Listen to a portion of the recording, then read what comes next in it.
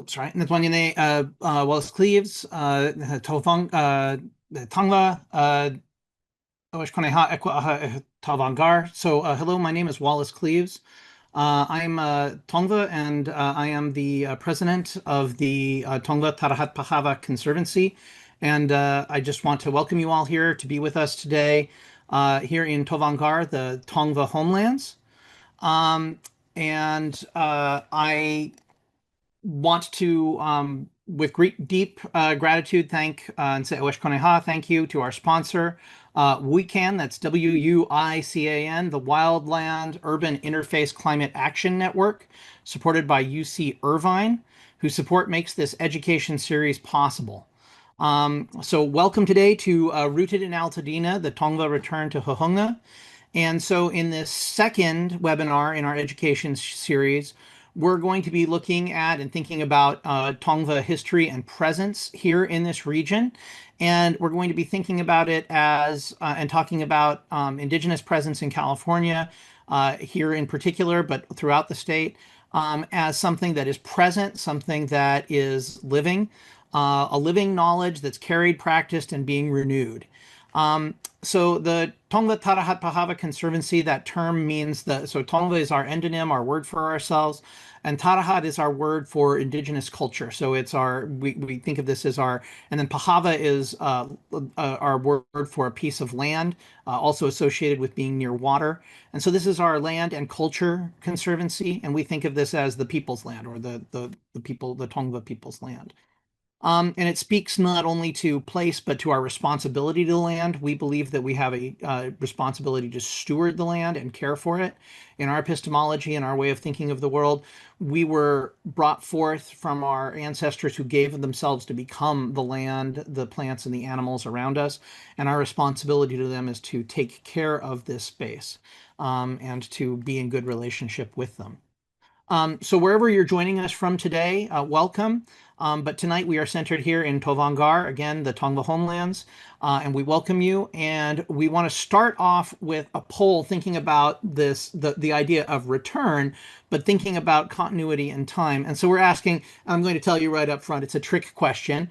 So we're going to start with a poll that will, oh, sorry, we're going through yeah, here's the poll, which should be broadcast to you all now. So which statement, there should be live, best reflects Tongva understanding of presence in this land? The Tongva people arrived here thousands of years ago. Tongva people have lived here for 13,000 years. Tongva people have lived here since time immemorial. And archaeology and cultural teachings both tell this story. So whatever answer you feel comfortable giving here, go ahead. We're going to give you a minute to answer that, and to think about that. So we'll just give you a chance to take that, to put your answer to that question in there. And then as soon as we're done with the poll, I'll be giving a little bit of an introduction and bringing in and introducing our panelists today, and we'll start the discussion.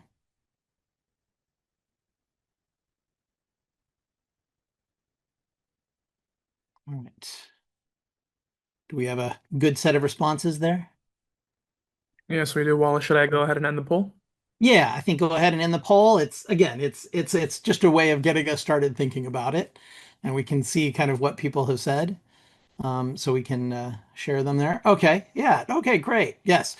Oh, good. I'm really glad to hear. I'm glad to see this one here. So, yeah, so the time immemorial. That's when we tend to. I have heard many people in our community kind of use, and obviously, what we're getting at by asking this question here is just thinking about the different ways that people kind of have thought about our presence here. And I mean, there are of course archaeological records, and we have an archaeologist here with us today, that give us some timelines and some dates, but it doesn't really tell the full story of how our people understand themselves as part of and absolutely inextricably linked with this land. In our stories, again, we literally come from this land, and we're coterminous with it. So I like to use the idea that we have lived here since time immemorial. For us, we are coterminous with the land. We have always been here because this is Tovangar, and we aren't without the land, and the land isn't itself without us here. So I think that's a very helpful way to kind of consider and think about these kinds of different ways of thinking about presence and time here. So a lot of you, selected different answers here, but it was really great to see that that one kind of came to the top here. And what really matters to me, and I think to many people in our community, is just also to not be thinking in terms of the past, but to be thinking about the continuation and the present presence of our people here on this land. And so just also thinking about the current time and the current moment at Hohongna, the place of the bears, which is the name that we renamed the land that was the first land that was returned to us through an action of the land back movement. So that we once again have a Tongva controlled and owned, and those terms are problematic, but held by our community land. And in September of this year, we had the first equinox ceremony since the fires, and really one of the first ceremonies. We'd had a couple in the previous years, but the first ones that we'd had really on land that we was completely ours. And this is important. We've been having our ceremonies. We've never really stopped having our ceremonies, even when they were forbidden and they were outlawed. We've kept doing them, but we'd always been doing them in places that were not ours, where we were always beholden to others, and very thankful for them allowing that. Sometimes doing it places where we weren't necessarily welcome. But this was, and I just want to particularly mention our elder Barbara Drake, who's gone on to the ancestors. But this was so important to her for us to have, and that she asked me to get involved with this movement to kind of get this land returned, because what we really wanted to do, what she really thought was so important, was for us to have a place to do ceremony and for it to happen on our own terms, without restrictions, without needing permissions from anybody else, where we could leave up our ceremonial objects safely if we needed to, where we could burn sage if we wanted to, and that we could really do the ceremonies the way that we felt they needed to be done and conducted. And just this past Sunday, a little early, admittedly, but that was what worked for people's schedules. We gathered again to honor the winter solstice, which is upcoming, and met together in ceremony again. So we're continuing these quarterly ceremonial traditions that are so important to our people. And our webinar tonight continues, that tradition of kind of reflecting on our relationship with this space and land. And I think those quarterly ceremonies are so important because they mark the passing of time, they mark the progress of Tamet, the sun, and we're thinking about time here, and we're thinking about relationality to time and space, all of these temporalities, and that's what we're really kind of focusing on here. Of course, being cognizant too of our relationship with the land in terms of fire, since that impacted us so strongly, and also we're thinking about our presence in Altadena and that larger community, which was also so severely affected by the fires, and is at a moment in history where you can't help but reflect on the past, but also on changes and how we're going to be moving into the future. So now I want to really quickly introduce our panelists, and I'm going to start with Desireé Renee Martinez, who is an archaeologist, a historian, a cultural leader, and Desireé also is at Cal Poly Pomona as the NAGPRA coordinator, and I want to start by asking her a quick question to get us into the discussion here. And Desireé, so as both an archaeologist and a Tongva cultural leader, what's one thing you most wish people would maybe unlearn about Tongva history, or what misapprehension that you'd like to kind of correct? Oh, Desireé, we can't hear you. Uh, no? Nope, you're muted. Sorry. Hello. There you are. Okay. So it's difficult to just have one, and this poll actually reflects the first poll actually reflects one of the things that I always think about is the misinformation that is currently in the archaeological record. And that's the idea that our relatives, the ancestors of the Gabrielino Tongva, are recent immigrants into the area, that we came from the Great Basin, and that we were, have only been on this land about 4,000 years, and that we actually pushed out some unknown named group. It's called the Shoshonian wedge theory. And that theory is based on the movement of projectile points and head shape, that the people that were, living on the land 8,000 years ago, 6,000 years ago, have long heads, and that we broad-headed people replaced them. Of course, that is based on racist, scientific methods that were debunked in the early 1900s by Franz Boas, but yet there are still California archaeologists that believe those racist theories. So that's a big unlearning that needs to happen when we talk about Tongva history. Thank you. Yeah, it always makes me think of phrenology. Um, okay, thank you so much, Desiree. I also want to introduce Lina Tejeda, who is a wonderful, wonderful scholar and curator. Currently is working in the Native American student programs at UCR, which is lovely to have her at the same institution that I'm at. And if you haven't had a chance to see it yet, she co-curated the amazing Fire Kinship exhibit at the Fowler Museum at UCLA. You've got to go see it. It goes through April of this next year.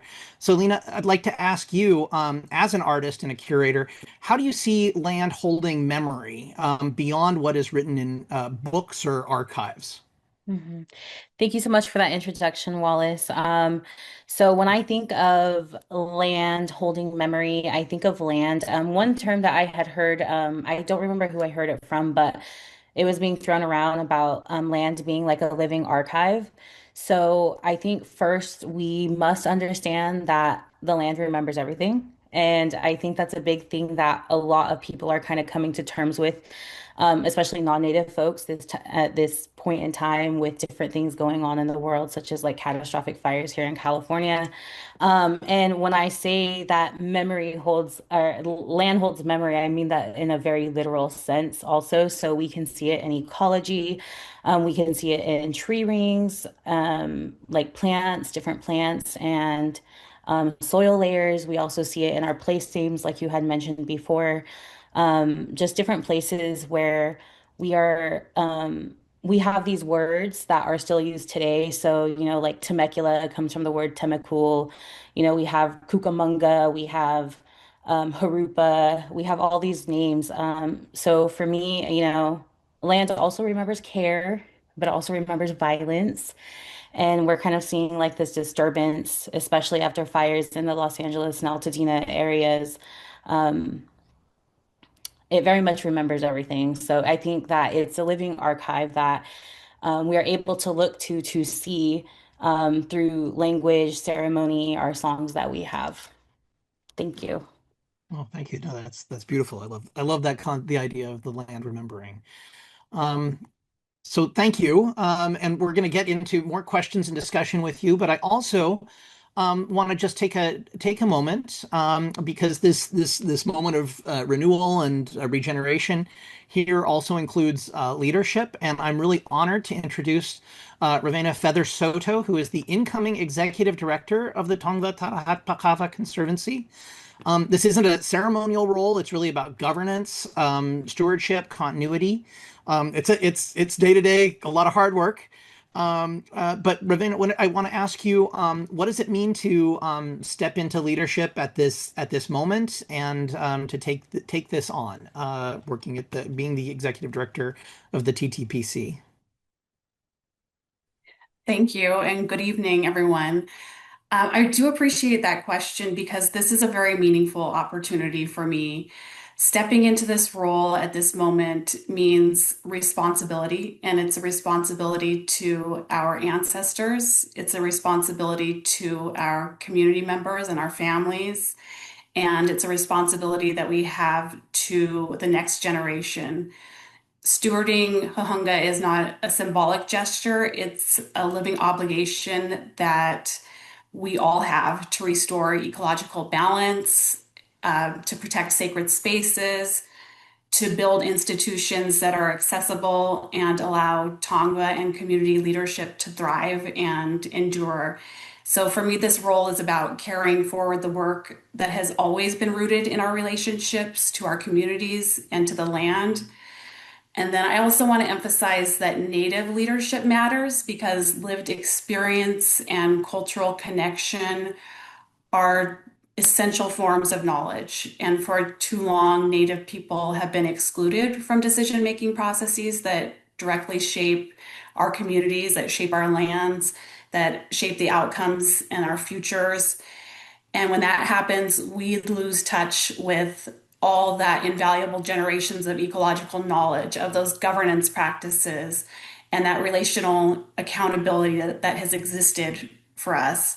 And that doesn't just harm us as Native people, that harms all of us. It limits the knowledge and the perspectives that are available to every one of us, to our neighbors, to our friends, to our partners, and definitely to us and our communities. So to step into this leadership role now really means committing to stewardship that's guided by community values and priorities, and also ensuring that decisions are made in ways that are sustainable, responsive, and accountable. And so for me, it's really about stepping into leadership that leads to capacity building rather than concentrating power, and uplifting our collective strength to meet that obligation that we have for to the past and to the present and to the future. So thank you. Thank you so much. And we're really, really grateful to have you joining us and very excited for what this means for the TTPC and for our community going forward. And I love what you were saying about the kind of the continuance of the culture and the importance of this.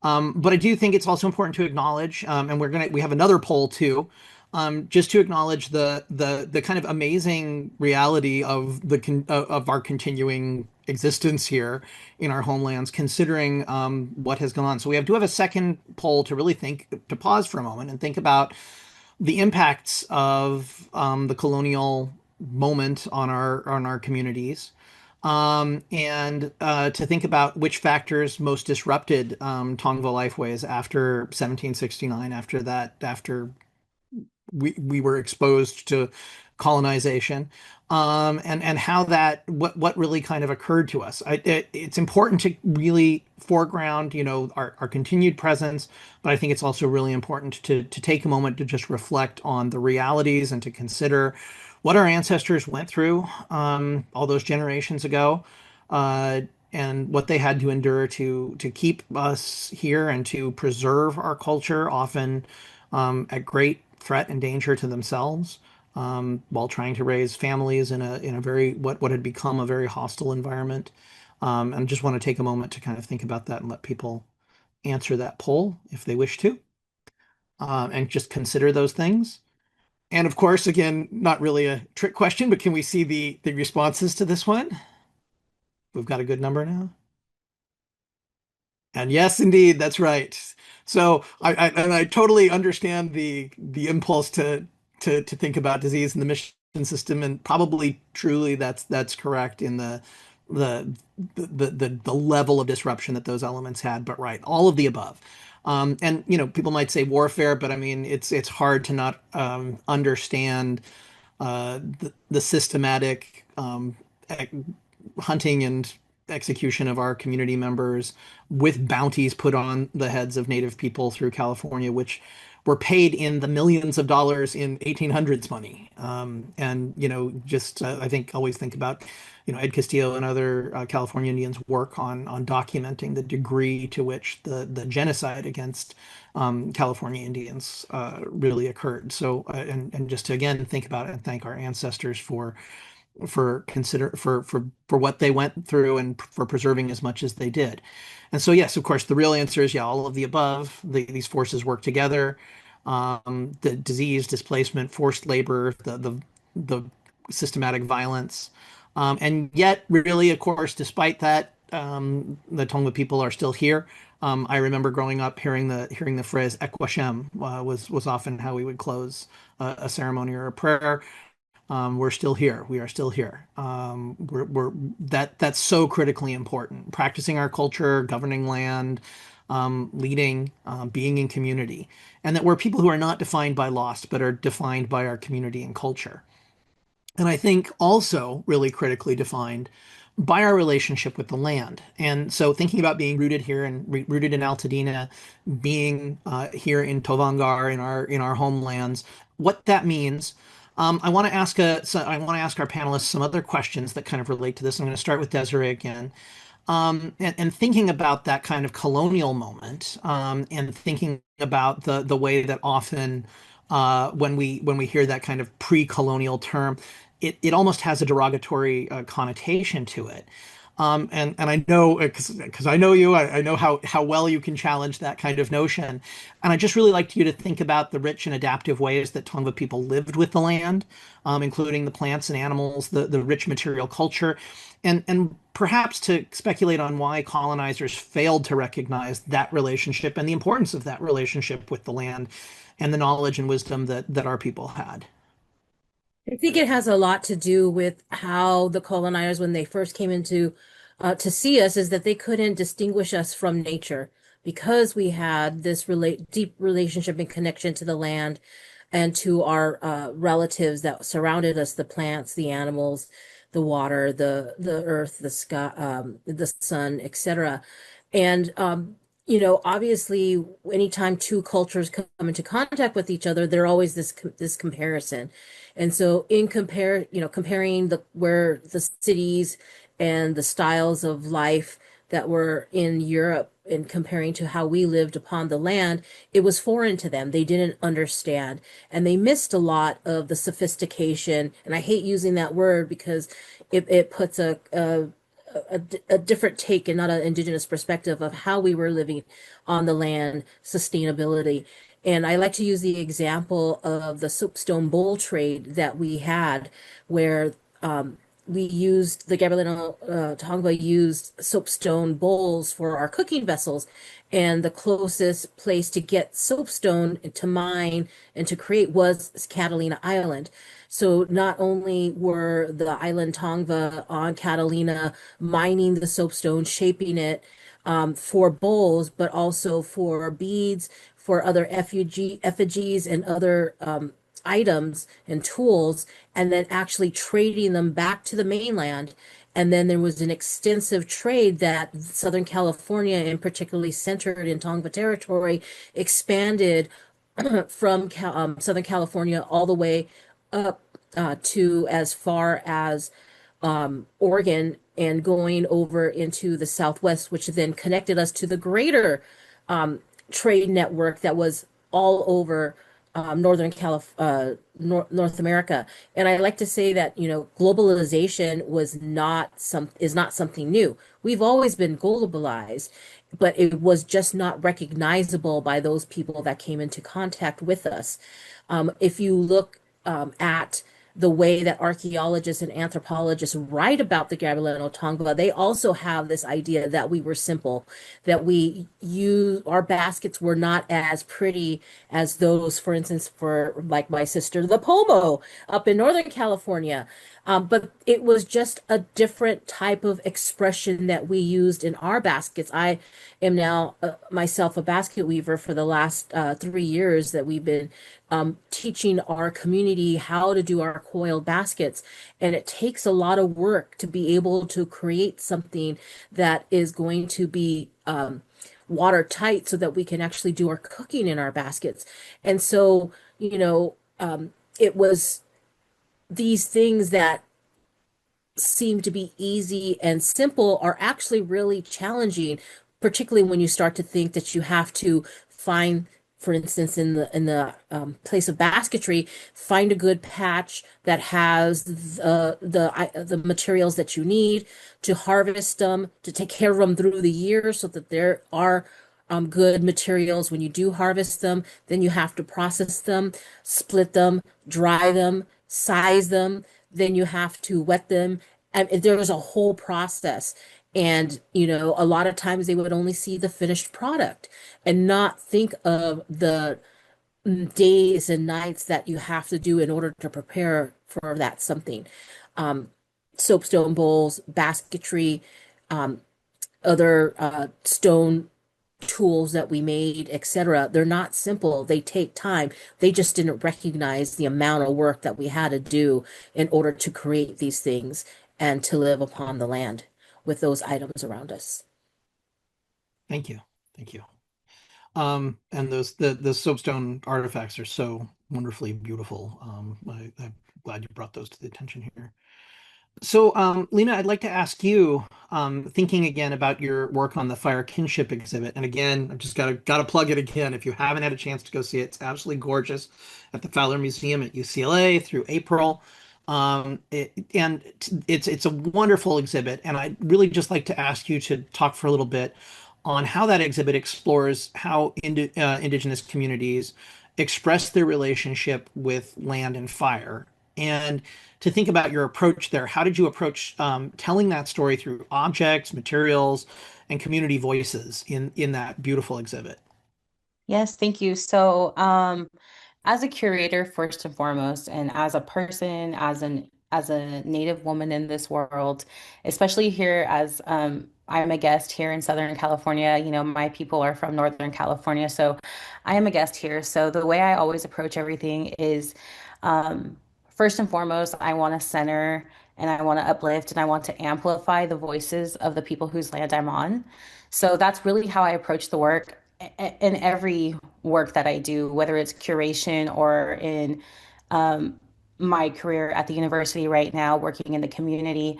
I'm really just trying to focus on that and just really listening to the people and hearing what the people would like and what they want. And as far as the exhibit goes, we really just um, we had our, you know, contacts that we wanted, or that not that we wanted to, but it's just they were the people that we knew in the community because the co-curator and I are both not native to Southern California. So we were able to reach out to our folks and really hear what they wanted to see out of this exhibit. And they were able to point us in many different directions, um, to talk to different individuals who are boots on the ground doing work with not just indigenous fire practices, but also like within Cal Fire and, you know, some folks at La Jolla Reservation who are doing work with, you know, the fire departments. Um, and really just listening to those folks and kind of hearing what they wanted to see and just how this story looked. And after talking to so many people over the course of like about 8 months, because this exhibit had a really small timeline for us to prepare and get it like executed. So in that time, we were able to just kind of take a look at everything and all the information that we had and kind of string it together. So my co-curator and I are historians, so kind of naturally we follow things in this kind of timeline sense of things. And so with the exhibit, we really wanted to center people in a context of good fire. So that's how we wanted to start the exhibit. And so we we're able to show people, um, non-native folks and other folks how fire is was used and kind of is it's being brought back now, to create all these different objects and artifacts and clothing and utilitarian things that are really um, indicative of the just the brilliance that went into all these things, you know, like what Desiree was saying, these things are, while they may seem like they are like sophisticated, you know, these are things that we were doing every single day. These are not like things that we are able to excuse me. So going back to centering and uplifting folks, I think that was the best way. We were able to show some archival material by doing some research and looking at different archives from different tribal communities in the local area. But I would say definitely my number one thing is centering and uplifting the voices of the people here. And then that's how we were able to kind of approach it. And it just all fell into place after that. It was kind of crazy how it just really told its story. And that's how we ended up with it. Thank you. And I've just got to acknowledge this too, because it was such an interesting event. I mean, like you said, you had such a short timeline. And then, of course, the opening of it happened in January, was supposed to happen right as the fires, the Palisades and the Altadena Eden Canyon fire occurred. Then was delayed. The opening was actually delayed. But I mean, in a way, it was so prescient what you were doing and working on, because it really spoke to that, moment in time. And I think it made the exhibit even more important. And I know everybody who's gone and seen it, that I've heard so many people say how moving and impressive it was. And that's a good segue to kind of get into this next bit of discussion, which again I recognize and just want to acknowledge, folks who are joining us from Altadena and other areas that were affected by the recent fires. Just to we understand, or we hope to understand. We sympathize and empathize, because Hohungna was affected by it. We did lose structures there. There was some damage. We did lose two of our oak trees there, but we're very thankful that 48 of our oak trees survived. And we really do like to think that that's because of the traditional practices and the removal of invasive species that we put in there. But I think that's a great segue into the next section that we want to talk about, which is really thinking about fire, thinking about traditional ecological knowledge, thinking about ecology, which again stems from, as you were talking here, Desireé, about our relationship with the land, the way that we saw ourselves as part of the landscape, inextricable from it. And that fire has always been a part of this landscape in a really important way, and also a part of the way that our people interacted with the land. So we know, there are many accounts, and I know there are some of these in the exhibit, of explorers noting the burning across the landscape, the fires that they saw, seeing our people using fire and being very anxious about that in all sorts of ways, and reporting how much fire there was in the environment. What I really want to ask, and really either both of you, to reflect on, and to even kind of talk back and forth about, is what was it that they were actually witnessing, and what was it that they were misunderstanding, and how does for Desireé, archaeology, for Lina, what you heard from the stuff that you were involved with, what's actually confirmed about our relationship with fire and the land, from your space of knowledge here, either of you. I'll let Lina take the first part. Okay, so the things that changed in the land once Indigenous fire stewardship was interrupted. Well, we see this massive change in just the landscape. We see a bunch of overgrowth happening. It's these literal things, and overgrowth, neglect, and now really we're kind of starting to see in this last few decades here in California that we're having this issue with like these mega fires that are causing mass devastation. So that was something that I was able to learn from my exhibit. Again, we kind of kept it within this context of fire practices. So I would like Desiree to say a few words, and I think maybe we could bounce back and forth here. Yeah, I actually wanted to make a comment about thinking about the fire kinship exhibit, Lázaro Arvizu, who's Oh, Desireé, you're very faint. can you hear me now Yes, better? thank you. Awesome. Okay. Just thinking about the fire kinship exhibit, and we were, myself and other Tongva cultural leaders talked to Lázaro Arvizu, who made a sand painting for the exhibit, and thinking about how everybody's afraid of fire, and that fire plays a very important part of anybody, being able to live, in terms of cooking food and maintaining spaces in order to create fertile land to take care of the plants, and of course then the animals that eat the plants, to make them healthy. And so, I think it's really important to acknowledge that we're scared of fire because of the non-maintenance that we've created in the landscape. And when you look archaeologically, you don't see the ravages of fire as you would now. And in fact, there's a number of scholars that have been trying to better understand fire by looking at taking lake cores. So they'll drill down into the base of a lake and then look at all of the sediments that are go all the way down for thousands of years. And in fact, there was some scholars that did that on Catalina Island on the only natural occurring lake called Echo Lake on Catalina to see if you can look at the fires. Because not only would there be looking for naturally caused fires by, I mean, fires caused by humans, but also natural fires that would get sparked by natural causes such as lightning, etc. But we really don't see a wholesale, the land is on fire type of devastation that are now seeing.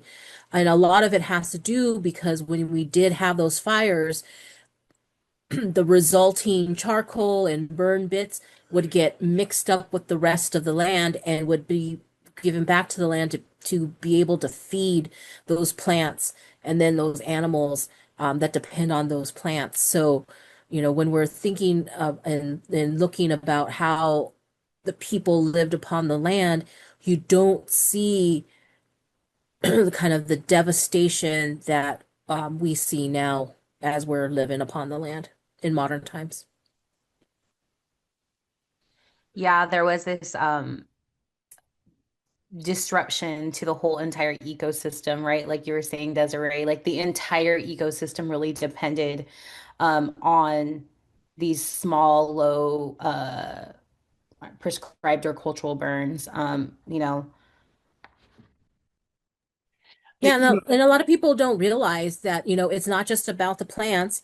There's a whole cycle, right? Because not only are deer love new sprouts. Like it's one of the reasons why when we do revegetation on Catalina Island with native plants, the deer out there go straight for those plants and they eat them. And that was a good thing, particularly when we were, doing that because not only are we feeding it's not a good thing now on Catalina when you were trying to put the native plants together, but it's part of the cycle where you would burn off the dead duff, the new plants would come up, the deer would come and eat the plants, and then we would come and eat the deer and be able to use all of the body parts in order to sustain us. People don't realize that there is this circle. It's also burning will, get rid of the tick load as well, which, brings diseases and sucks our blood and, all that kind of good stuff can cause harm. So there's all of these interrelated things, the larger ecosystem that we are a part of that is really dependent on maintaining the land around us through these prescriptive burns that we were doing in the past. Mhm. I think too there. I mean, hearing you talking about the plants there, and I think Lina about the one of the images that you've shown from the exhibit of the plant that before when fire happened, and the plant completely grows in a completely different way when it's been exposed to fire, and it was one of the basketry plants. I can't remember which one that has and Mhm. Deer grass, I I believe. think it might have been deer grass, but it had and it just looked like it looked completely different. There was even an aesthetic component. It looked beautiful after it had been exposed to fire. It was very kind of even and that had the straight branches. But when it hadn't been exposed to fire, the branches and the plant literally wasn't as healthy when it hadn't been exposed to fire. And it was just so striking to see that kind of represented there, both in use and kind of aesthetic and then health, all of these different elements that sort of required this. Um, Yeah.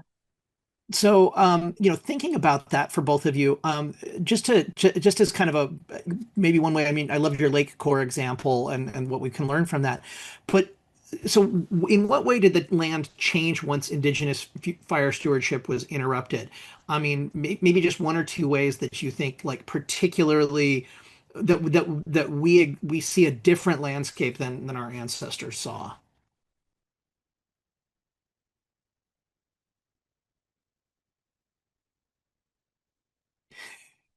Chicken. Lina, we both unmuted ourselves at the same We time. did. I was just gonna talk about how California is thought of as this Eden, right? Before contact. It's this Eden, it's this untouched wilderness, it's pristine. There's this idea of the pristine wilderness, but I like to argue that that doesn't actually exist because it was that way because of the land stewardship that the people were doing at the time. The land was as beautiful and really still is to this day. I think it's still beautiful. But it's so beautiful because of the work that indigenous people were doing, our California Native people were doing on the land. So I think it's really important to recognize that that the idea of pristine wilderness was just this white settler colonial idea, again to diminish like the work that was being done in everyday life by our people. Yeah, when you look at the changes that happened in the land, and it really was hand in hand with, colonialism, is that, the pockets of plants and places that we had the developed in order to sustain our communities ended up disappearing. I mean, obviously, with the different use of land by the Spanish, the Mexican, and then the American people, we weren't able to feed ourselves because the animals brought in foreign seeds and hays, etc., of these imported plants that then took over the land. And so, one of the ways that you can get rid of unwanted plants, particularly if they don't like fire, is to burn them. And then that brings back those plants that do like burning into that space. And when we're not doing that anymore, and particularly with these foreign plants coming onto the landscape, it really wreaked havoc on our ability to eat our traditional foods, gather our traditional materials that we needed for our cultural activities, such as basketry, as well as making our clothes and skirts and things like that. So, it's all I hate to say it, but it's connected. It's all connected. You disrupt one activity and it has a domino effect for not only the people, but our other relatives, like the plants and the animals, as well as effect on the environment. My co-curator Daisy, she had made this comment one time that really stuck with me, and I was trying to write it down to remember specifically what it was, but it was something along the lines of like the state of our natural disasters happening, fire disasters happening here in California is a direct result and symptom of settler colonialism. And I thought that that was so striking and interesting because really we're able to hold a mirror up to um, urbanization, to everything, all of this growth and neglect of the land too, especially when it comes to overgrowth. And that was just something that really stuck out to me. And I was just thinking about that when you were talking, Desiree. I thought that I'd wanted to share that with everybody. No, and it's totally the case. I mean, there's a whole bunch of other things that we do in modern times that is Desiree, reflective you're very quiet again. of colonialism, and I don't know why that's happening. Can you hear me better now? Yeah, I mean, I totally agree with that sentiment that, there's just all of this, cultural practices that we did in the past that, has now kind of wreaked havoc with our lives in the present. Thank you both. I appreciate that reflection on that and the changes. And it makes me think too about seeing in the wake of the fire, which obviously was, in Altadena and Eaton Canyon, being able from the land to look over and see Eaton Canyon, which was so impacted by it, and where there hadn't been burns in a long time, and the devastation.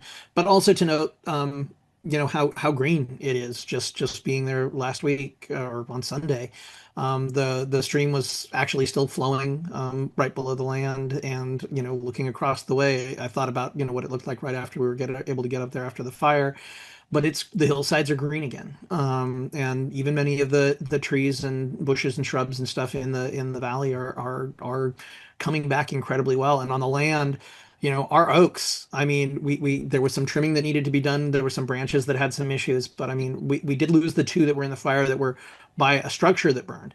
But then all the other oaks, even though they're deeply singed, and I was very worried about them, they've come back and they're very hardy and they really resist this. And there are unfortunately some invasive species that actually thrive after a fire as well. But then to can see some of our plants coming back, so it's really encouraging to see that. And thinking about that and thinking about that relationship between our responsibilities to the land. And Lina, I really loved your point too about the concept that the land that of the kind of untouched wilderness that's so often kind of evoked, that's completely false, right? That this was not a curated landscape, but it was a landscape that was lived with, and in relationship with, and that is what made it so beautiful and appealing. And then of course colonialism proceeded to dismantle that very beauty that attracted them in the first place. But that is so important to recognize that there is an element of stewardship there. And so that leads me to, our next kind of topic, which we're going to bring Ravena into this too, to thinking about, Hohongna, the specific place. And if I hadn't mentioned it before, that's that we named it that, which means the place of the bears, and we have bears plural because we have. So we've been talking a lot about our plant relations here, but it's also important to consider and remember our animal relations, who are very, very present, which we love. And Hohonga, even if I have to clean up after the bear every time I go up there, it's brought somebody's trash from nearby. It seems to like our place. Surprise, surprise, as it's to go through things. But we have, our coyotes, Itar's there too, and the day that the property was signed over to us, there was a bobcat that walked right along the wall of the canyon there. It was just really amazing, and our ravens and crows are always there. Just to see them there present so much. And to think about it, so anyway, we named it Hong because the bear is there so much, and we wanted to kind of reflect our relationship with our plant and animal relations. But in that is this responsibility, this note that, with having that land, with having been given and given responsibility for Tovangar, that we are supposed to take care of this land. So what I would really like to talk about in this section here, is to think about kind of this concept of land back, which obviously, the TTPC has been very much engaged with. And it's a shockingly new, kind of term. I mean, 20 years ago, we hadn't heard that term really at all. And now, of course, it's not just now, it's almost become a slogan. And it's often become, almost symbolic in the way that it's presented. But I want to think about it here really kind of practically. And so I have a couple questions for each of you, kind of related to kind of the practical, very real thinking about what it means to actually have land back. And so for Desireé, starting because thinking about this, because I know it's something that you've thought about a lot and been involved in multiple different spaces for this. What changes when ceremony, when we can do ceremony, when we can gather on land that we actually control? And I know you have a couple of experiences on this.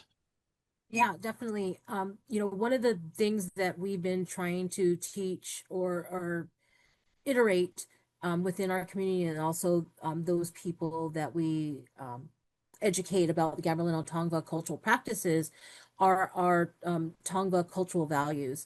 And Cindy Alvitre and Craig Torres are two of our community members that talk about the other three R's. So a lot of people might remember, recycle, reduce, reuse if you're at a certain generation.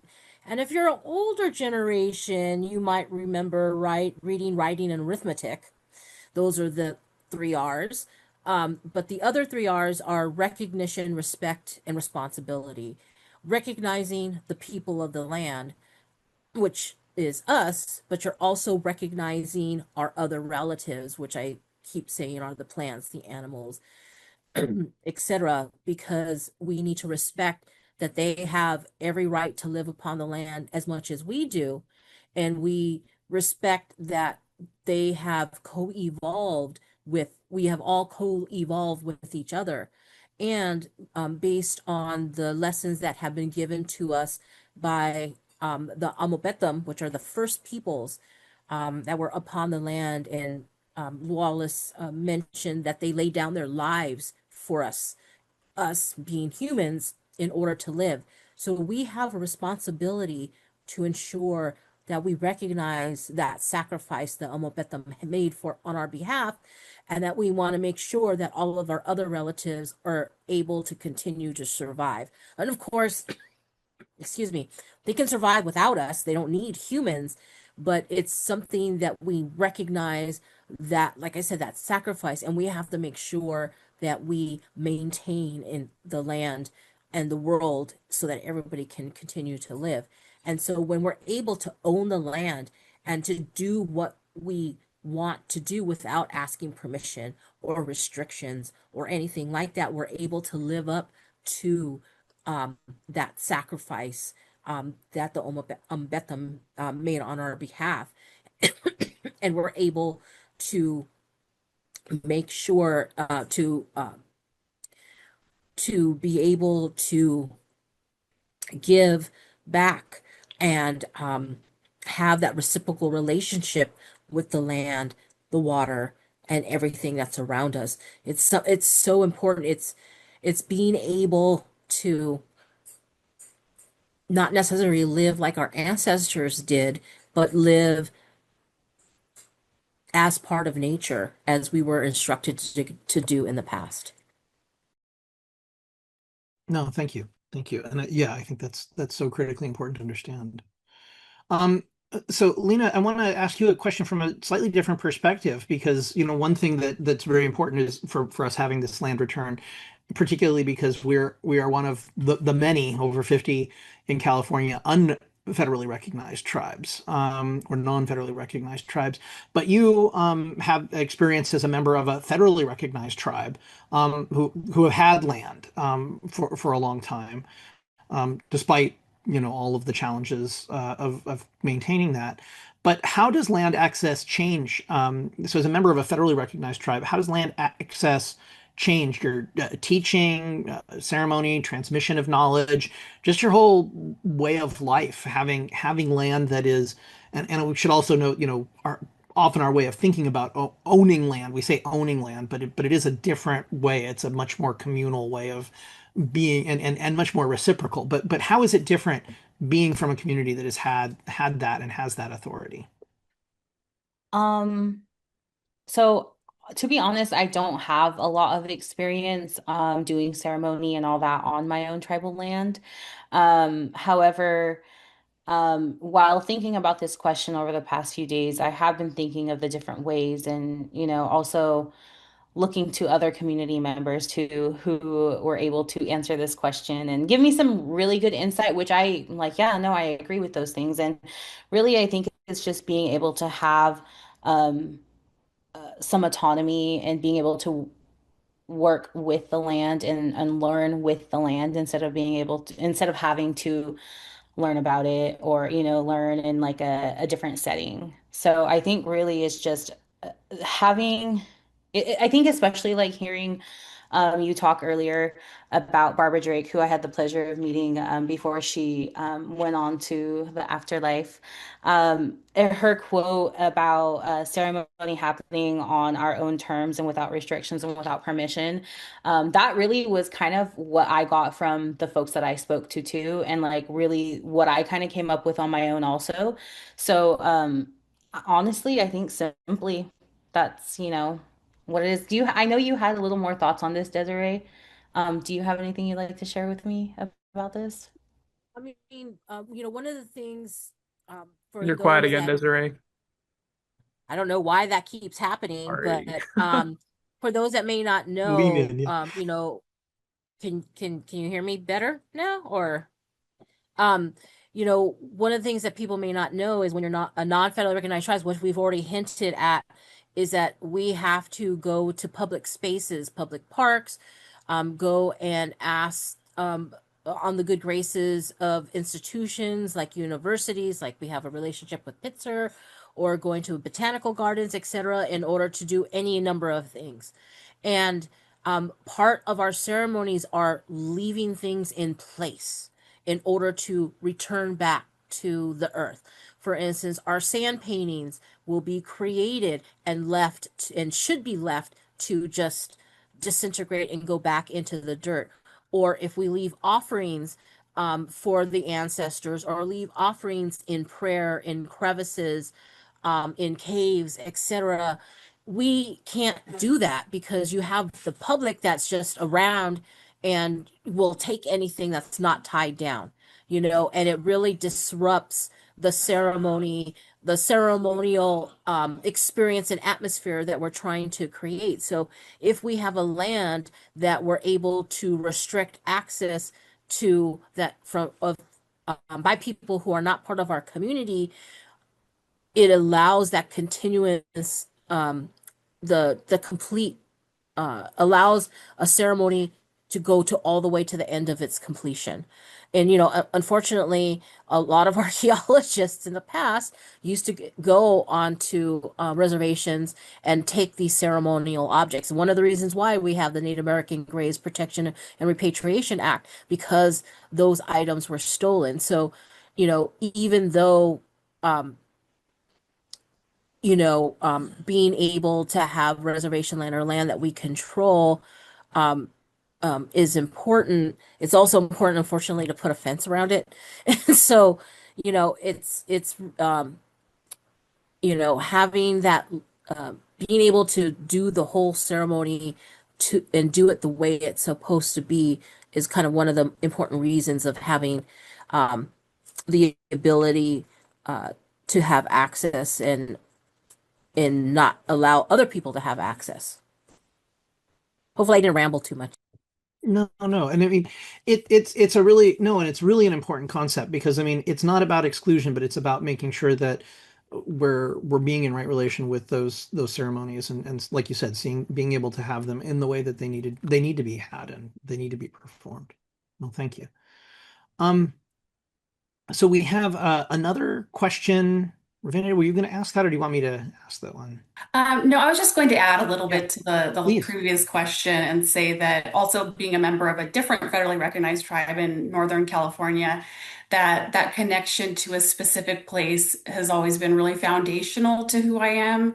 And although some of our land is very remote, and when I was young, and that was the only land that we had, so it was very remote and not too accessible and didn't have basic services, but just having that sense of place and belonging really shaped our identities and our relationships to one another.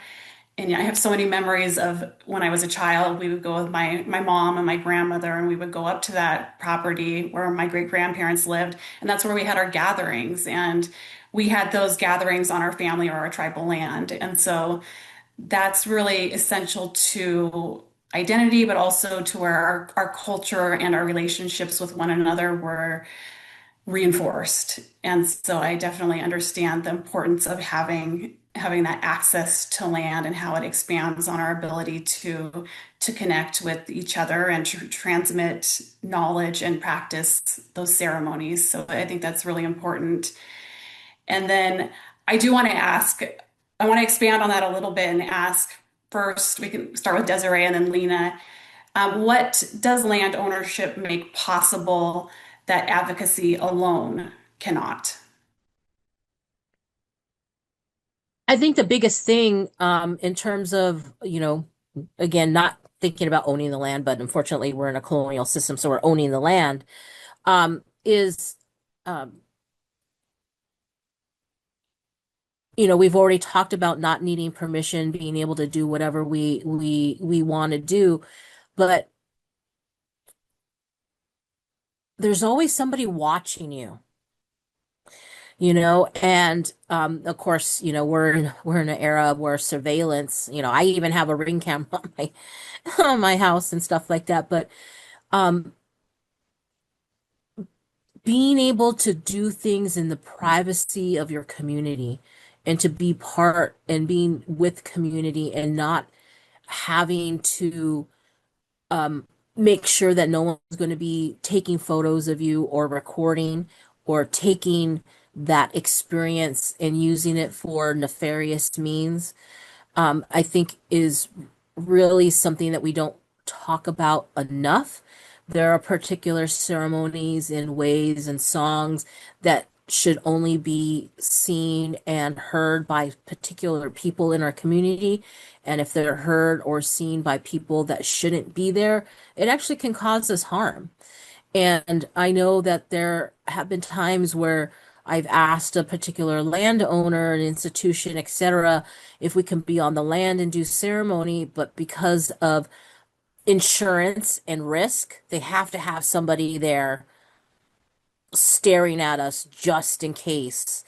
And I understand, those types of responsibilities and risk factors and stuff like that, but it creates a different experience and atmosphere than what is needed in order to be ceremonially centered and making sure that we are creating the relationships not only between the people that are participating in the ceremony, but of course, depending on what the ceremony is, our relationship to all the spirit beings, to our creator, to all of those that we're calling to. And so that's kind of really a big issue that and concern that we don't have when we have the ability to restrict access and be on our own land. Yeah, when you're talking about these experiences, um, I'm able to think about my experiences on our my family's plot right up in Northern California. And we do have the freedom to do those things and the security and the safety, which is a big part that you're saying that you guys don't get often because you're not able to practice in a space where you're not being surveilled the entire time. So that's I think that's Hmm. I have a lot of thoughts about that, a lot of reflecting. I think that needs to be done for myself. Um, so yeah. We always kid because we're a tribe in a modern urban area, and so we always kid all of the helicopters that come around. We're like, oh, here they are again. They're surveilling the Indians, the brown people, etc. And we say it as a joke, but it does affect. Also a lot of people don't realize that ceremony is not only about being amongst people and being on the land, but there's also sound plays a very important, and I'm not just talking about the songs that we sing or the prayers that we say, but the sound of nature that is part of the ceremony, that is part of what needs to happen around us in order to create this space that's sacred for us to continue on.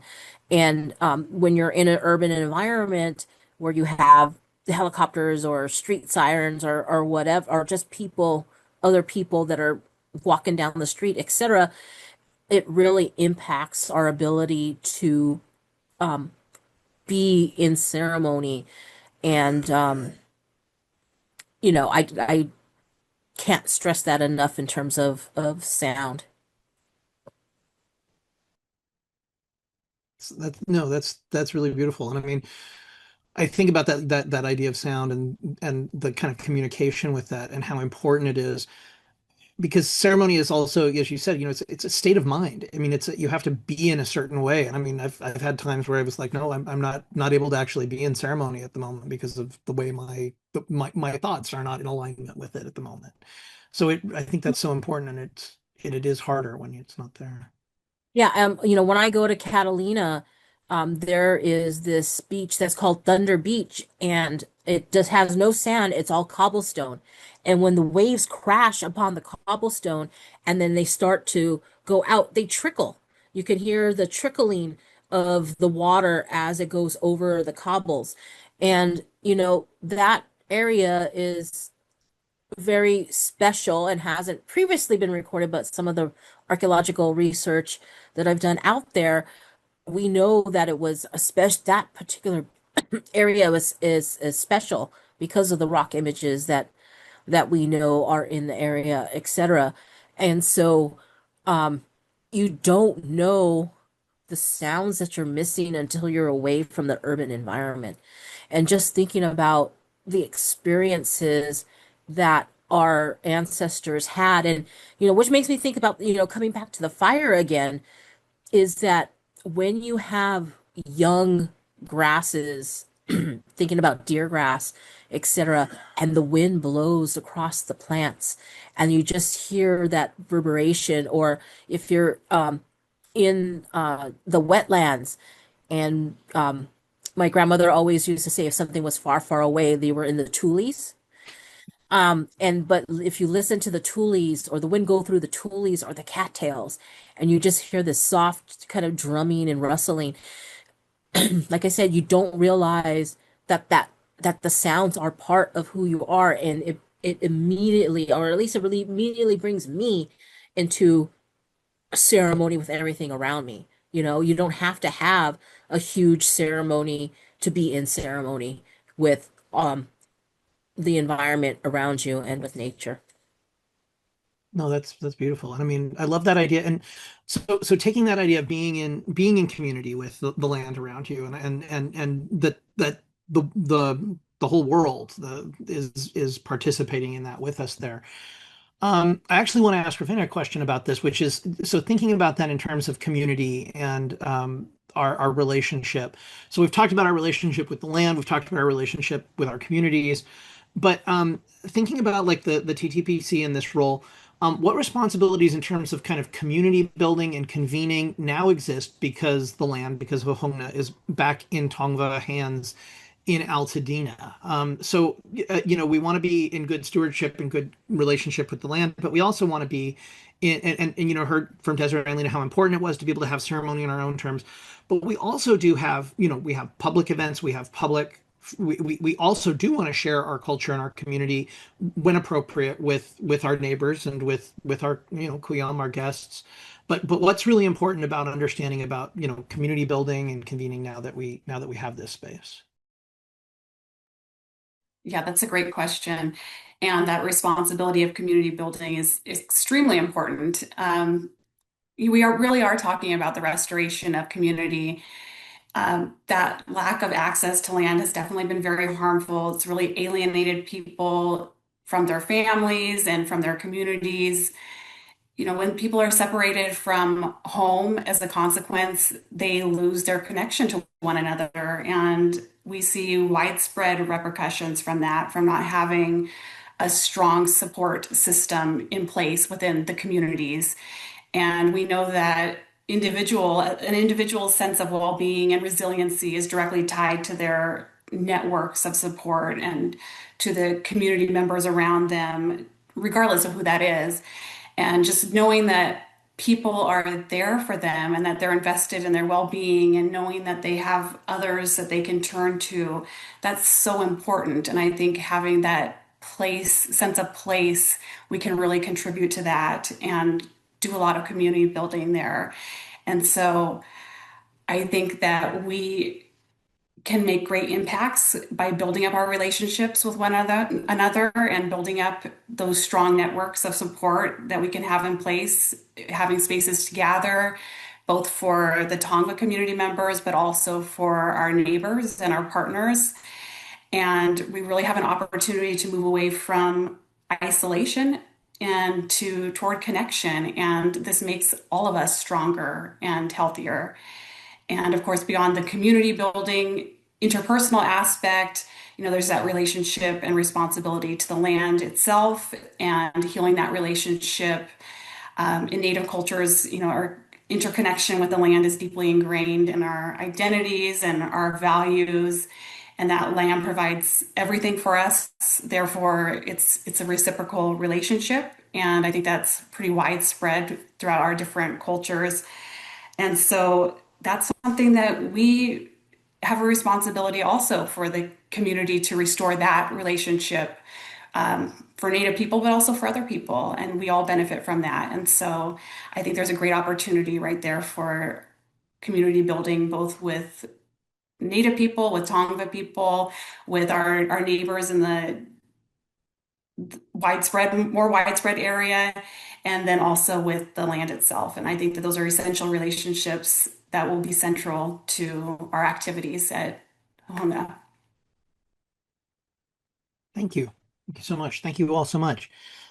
We have one more poll that I want to launch here, and so this is asking about. So we've been talking about the importance of the land and the ceremony, the relationship with it. Um, but I also want to acknowledge that there are places that are particularly sacred, that are really critically important. So, another poll to kind of have people here. So, what makes site sacred to the Tongva, and which are sacred sites within Tongva homelands located on modern day Southern California? So, which of these are sacred sites? Again, bit of a trick question, but really just to get you to think about these things.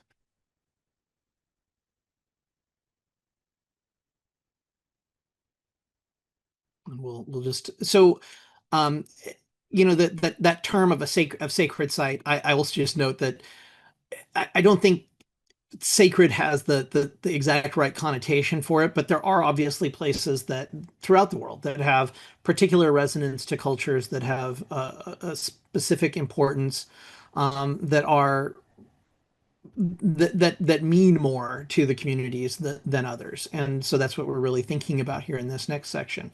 So we can go ahead and see what people said in the poll here. I'm pretty sure I know what I'll see.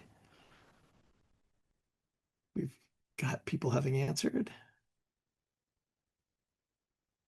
Can we get the poll results?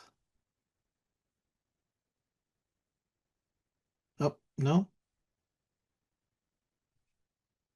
Oh, here they come. Here they come. All right. Yes. All right. Excellent. Yes. And there again, the trick question, right? That yes, indeed. Um, the answer really is all of these spaces are, but I also understand the people who pointed out Pavongna because, yeah, I mean, so if you don't know, Pavongna, which is on the grounds of Cal State Long Beach, is an incredibly sacred space, not just to our community, but to other communities in the area too. It's where our lawgiver, Chungishnish, came down, and it's an incredible, it is, the center of our ceremonial cultural world. So it's incredibly important. But of course, all these spaces, Pimu, which is Catalina Island, Desireé, so much about that spot and its importance to our community and culture. Curuvangna, which is our springs, which are located on the grounds of University High School, out near Santa Monica, where we have really one of the last free flowing springs. Again, we've talked about the misconceptions of the land. People think of LA as a desert, but of course, La Cienega meant the swamp. We had springs flowing everywhere throughout the land before they were capped and turned into, drainage ditches. So just recognizing that. So the answer there, of course, is D, all of the above. And these places are, of course, anchors for ceremony, for continuity of our culture. They're places where we gather and preserve our culture and share our culture. And they remind us that, with this responsibility, there's this layer of meaning and obligation that is really kind of critical and important. So I just wanted to reflect for just a moment before we get to some of the questions here about the importance of these spaces. And if anybody wanted to say anything about any of these particular spaces, I know many of us have been to many of these spaces, but just to say something, I know Desiree's got to talk about a couple of these. So. Yeah, definitely talking about Pimu because I've been working on Pimu and protecting the sites, and I like to, instead of saying sacred, I like to say that we have special spaces and places that allow us to be connected to various entities, or to remember our deep history. And for Pimu it not only holds a special place for Gabrielino Tongva, but actually I've documented it being a sacred or special place for a lot of Southern California Indian nations, where they have their own stories about the people that lived on Pimu. If the most powerful people lived on Pimu, if you wanted something, to be done to your enemies, you would go and ask them to do it on your behalf. They would be able to bend trees and calm the seas. And, you know, you can feel that if you're out on Catalina. And I'm not saying in Avalon because Avalon's just like a regular, little kind of city, but when you're out into the hills, when you're out onto the ocean in the water and on the coast, you can feel that power. And that's one of the reasons why these special places, we try to make sure that we maintain that connection. Pavona is our place of emergence. It's where we were instructed on how to be human. We came from the earth there. And we want to make sure that we are able to continue to have access to that land so that we can make sure that we follow those laws and rules that were given to us to be responsible humans to and to everybody around us. Wallace, what I'm going to do at this stage is I'm going to launch our Q&A section so we can start getting our Q&A populated with questions from the audience. But if y'all want to keep talking, please go ahead. But I'm gonna go ahead and open up our Q&A survey. And I did have one question that was sent in earlier, which was just if we and mostly to Desiree, I think, but anybody who wants to uh, put in on this. So before Spanish contact, approximately like how many indigenous people lived in what is now California, but then specifically also Tongva homelands, so Tovangar. Um, I think that I know that there's lots of debate around that, but. Yeah, I mean, when you start, I know that Alfred Kroeber, who was a well-known California anthropologist, liked to throw around the 300,000 for the whole state of California. I think that's really underestimated when you start to look at the number of villages just in Tongva land. I mean, we have 50 known villages, but there's probably more out there in terms of that were recorded at contact. And you think that there's anywhere between 50 and 100 people per village, so 50 times 100 is, do the math, and then you have the islands. I mean, we really can't know how many people were here prior to contact. The population changed depending on what the environment was happening. So the number of people that were living on the land 10,000 years ago was very different than the number of people that were living on the land in the 1500s, for instance. And so that's kind of one of the questions that archaeologists are trying to get at is understanding, the changes in the population and how that change in the population and in the numbers of people living on the land created the change in the way that we harvested our food, for instance, or where we decided to live, etc. So that's a roundabout way of saying I don't know. But that's a question that archaeologists are trying to think about. But 3,000, 5,000, probably more. Right. All right, I Wallace, could I give a Yeah. couple more minutes for the Q&A Well, no, I'd to? love to get them because we're close on time. I don't Okay. have. Yeah. Do you have? All right, I'm gonna go ahead and end the poll, and then I will feed you the questions as they come in. Okay, 6, 7 questions. Okay, they're all coming in. I'm gonna go ahead and end the poll. 8 questions. Let's see. Okay, just give me a brief second, Wallace, as I read through them. Okay, the first question here is, what are the most helpful actions allied guests on land can do?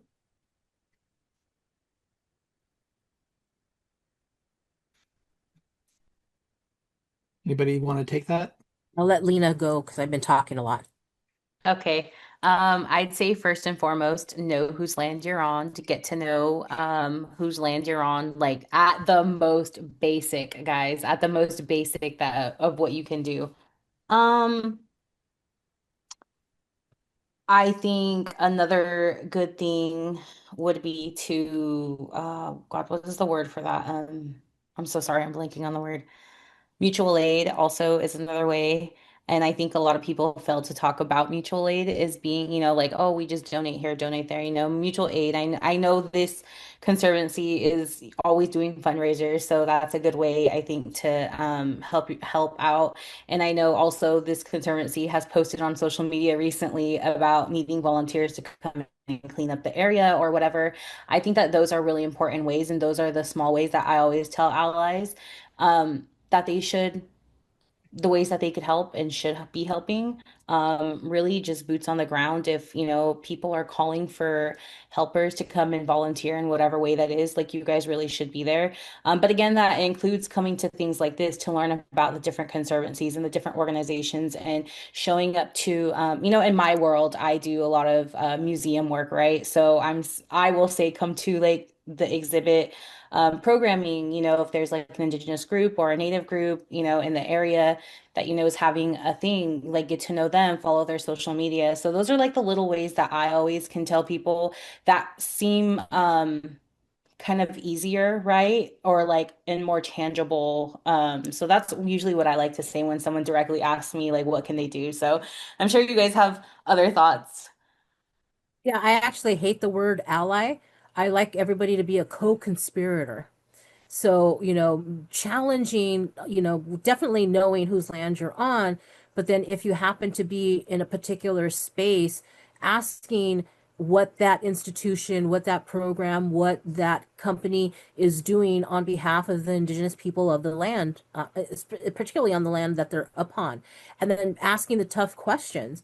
I'm am very one of those people that I go into a museum and I always critique how they represent Native people and then write irate letters when it falls short of the way that it should be. And so we do need a lot of people that, there's only so much our community as Native people can do, that if you get a lot of other people who are non-Native, Native as well, to ask those tough questions. Why aren't you doing more? Have you reached out to the local tribes? How are you being of service to them? Are you, donating $500 and then patting yourself on the back? Or are you getting your hands dirty and, fighting, shoulder to shoulder with indigenous peoples to ensure that they can continue to live healthy lives in ceremony with everything around them. Great. No, I think it's really lovely. And I mean, yeah, and note that there are just so many opportunities. There are, other organizations. The TTPC is great, but there are other organizations too. There's, the Corvona Springs, which needs help and support. There's ATLC, the Ashman Tongva Land Conservancy, Sacred Places Institute, the different tribal groups, the different Gabrielino groups, Gabrielino Shoshone Nation, the St. Gabriel. All of these groups have different initiatives that they're doing. So, find out what's in your area, be involved and engaged with that. And if you're interested, you can be engaged with the TTPC. But we want people to be aware of all of the different groups that are trying to make an impact in the area. All right, I'm well, going to add to it also. I just wanted to say that I think first and foremost, I think it's wonderful that this person asked, and that's the Yeah. first step is asking how you can help and then if you can help, because sometimes in certain situations help isn't needed. So as opposed to just jumping in there, it's wonderful when people do ask, and there are so many different ways. There's obviously direct material support, financial support, and donations, but also those pro bono professional services can be wonderful in many different situations, or volunteering your time and your manual labor can also be wonderful. But then I would also say advocacy, like spreading awareness and spreading information is wonderful also. So there's so many different ways. And I think that just asking if help is needed and when help is needed is the first step and greatly appreciated. all right, I'm gonna go ahead and ask our next question. Um, Thank you so much for this presentation. How would you respond to people who say that land back is unrealistic given the amount of non-native peoples living in this area?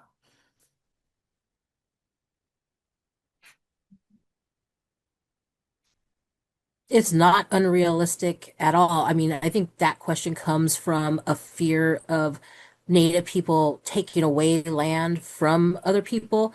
And that was one of the questions when I first started on working on Catalina that I got posed. Like, well, if you're doing all this research on Catalina, what if you find that we don't actually own the island and, that it needs to revert to indigenous people?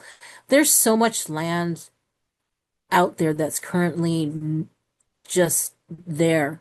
And one of the reasons why we got the land in Altadena is because the benefactor, wanted to return the land um, to indigenous people so that we can use it the way that we are currently using it.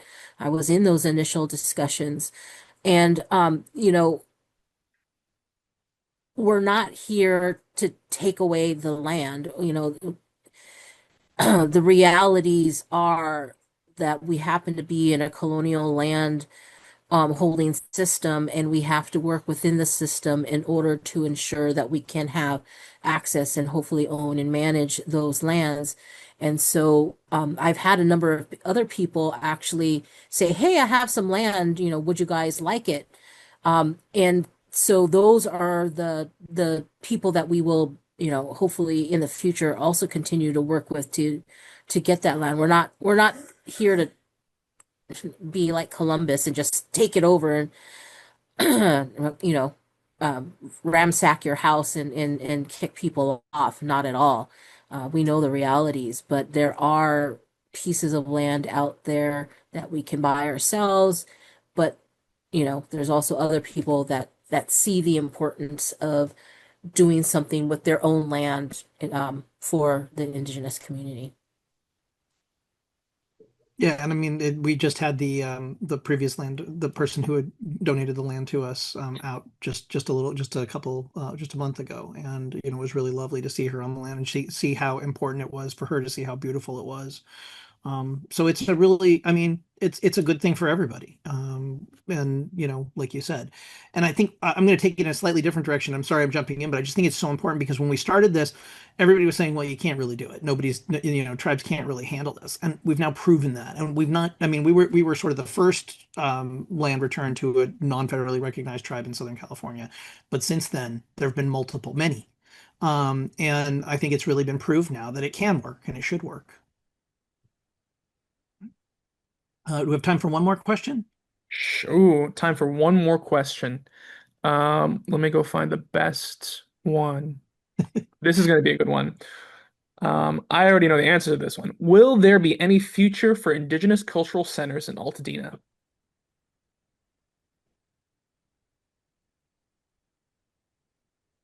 I guess I'll grab into that one too. So, well, yes, absolutely. I mean, we've had, I think this is really important to acknowledge. We've had some very generous donations, not just the land itself, which we're incredibly grateful for. And like I mentioned, it was lovely to have the person who donated out and to just see how happy it made her to see it thriving like it is. We've had so many other people who've come and volunteered and have given both of their time and their resources. And we have big plans. We have a lot that we want to do. We want to build the workshop so that we can have the basket weavers out and we can have others doing ceremonial workshop. We can build regalia workshops and clapstick workshop and all these things. We want to have, the ability to have a community member in residence on the land, which we've done before, but we want to have a really dedicated facility for that. We have lots of big dreams for it. And one of our dreams is to have an outdoor educational space where we can help people kind of understand what we did on the land, how we tried to return it to remove the invasive species, return it to indigenous species. So yeah, there's absolutely a future, and we want to be a big part of that. And hopefully we'll have not just the Hohongna, but other spaces where we can be engaged with that in the future. Sorry, I think that one kind of had to come to me. And Ravena, very soon will be will be yours, but I don't want to put you on the spot when you're just coming in. All right, so but anybody else want to say anything on that too, on other spaces or other ideas? Okay. Well, we're over time, so I do want to be cognizant of that, and we're losing people, so I do want to say, which makes sense. It's 8 o'clock at night, past 8 o'clock. So I just want to say, so tonight we had, the real opportunity to hear all these different perspectives, to have a conversation about what this space means, the relationship that we've had with the land, how our communities have existed here through time, and why this is so important to us and why it needs to continue. On behalf of the Tongva Tarahat Bahava Conservancy, I want to thank our panelists, Desireé Renee Martinez, Lina Tejeda, Ravena Feather Soto, for sharing their knowledge, their care, their leadership, their insights, and their time. I'm so grateful to you all for being here. I also want to thank our guests who took the time and did one of those, going back to that first question, who took the time to come here and listen to this and learn. That is such an important step. And I'm very grateful to you all for listening and taking the time to be here with us. And to our community members, I see many of our community members on the participant list too. Thank you particularly. It's lovely to be here with you, even if we can't see you and talk directly to you, and to share this time with you. And hopefully we'll be in even more communication in the near future. I also want to extend our gratitude to Woikan, whose support made this education series possible. And to just recognize this is another part of our continuation of our story. We're sharing our knowledge, we're sharing our perspectives, and it's really lovely to be able to reach out to people. And thank you for joining us all tonight. Awesh Koneha. Thank you, everybody. And once again, thank you to our panelists. Thank you to the folks, Mariella and Stephanie, Jonathan, who supported this and behind the scenes and made it work. We're really, really grateful to you all, and particularly to all of the donors and the volunteers who supported the TTPC over the last few years. We're so grateful, and we're just getting started. So thank you so much. Oesh Koneha. Thank you, everybody.